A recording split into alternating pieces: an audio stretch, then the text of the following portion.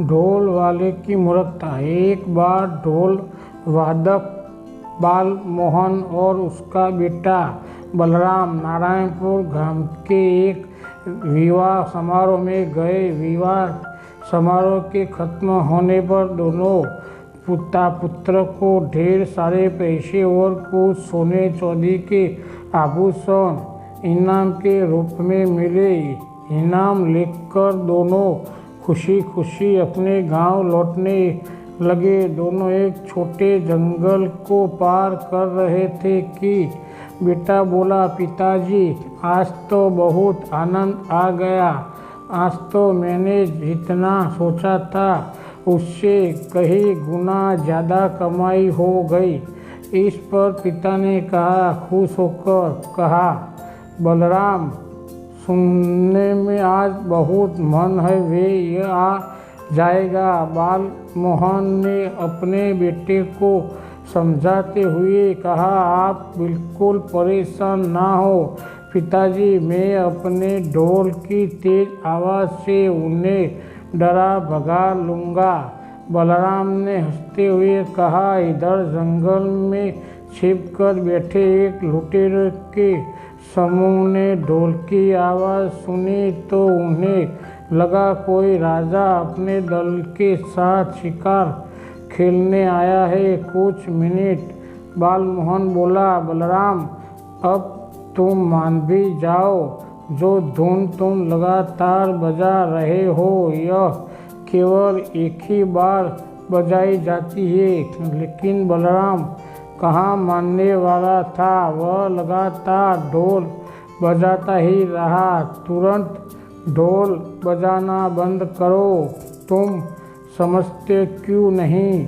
यदि लुटेरों ने ढोल की आवाज़ सुन ली तो गुस्साते हुए बालमोहन ने बलराम से कहा, पिताजी आप व्यवसाय ही इतना डर रहे हो, मैं अपने ढोल की प्रचंड ध्वनि से उन्हें इतना भयभीत कर लूँगा वह हमारी तरफ अब आने के बारे में सोचेंगे भी नहीं। ऐसा कहकर बलराम ने दोबारा ढोल बजाना शुरू कर दिया। इधर लुटेरों के समूह के सरदार को फिर ढोल की आवाज़ सुनाई दी। उसने आवाज़ सुनते ही अपने साथियों से कहा, साथियों फिर वही धुन, उसका मतलब यहाँ कोई राजा शिकार खेलने नहीं आया। सरदार मुझे तो लगा रहा कि किसी ने नया ढोल बजाना सीखा है और खूब धन जमा कर किसी समारोह के वापस आ जा रहा है। समूह के एक सदस्य ने अपनी राय बताई, तुम ठीक कह रहे हो, चलो हम इस ढोल वादक पर धावा बोल देते हैं। लुटेरों के सरदार ने अपने साथियों को आदेश देते हुए कहा। मात्र कुछ ही समय में लुटेरे ढोल वादक पिता पुत्र के पास पहुंच गए। इन दोनों के पास मोटी मोटी गडरियाँ देखकर लुटेरों का सरदार समझ गया कि उन्होंने आज ढेर सारा अनाज और धन प्राप्त किया है। इन दोनों से तुरंत छीन लो एक गठरियों। सरदार ने अपने साथियों का आदेश दिया। लुटेरों ने इन दोनों से उसके पास जो भी सामान था सब छीन लिया और उन्हें डंडे से मारकर वहाँ से भगा दिया।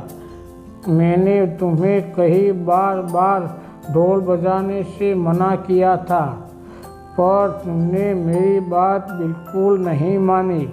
तुमने आज खुद ही अपने पैर पर कुल्हाड़ी मार ली है। बालमोहन ने अपने सिर पर हाथ पटकते हुए अपने बेटे से कहा, पिताजी मुझे माफ़ कर दो। आज अधिक पैसे कमाने की खुशी में मुझसे बड़ी भूल हो गई है। मैं समझ गया कि बड़ों का कहा न मानने का अंजाम हमेशा बुरा ही होता है। फिर दोनों पिता पुत्र मायूस होकर पछताते हुए अपने गांव की ओर चल पड़े। हेलो दोस्तों, ये कहानी आपको कैसी लगी? अच्छी लगी हो तो लाइक ज़रूर करना और मेरी चैनल को सब्सक्राइब कर लेना। ऐसी न्यू कहानियों के लिए मेरी चैनल को सब्सक्राइब कर लेना। थैंक यू वेरी मच मेरे दोस्तों, प्यारे प्यारे दोस्तों।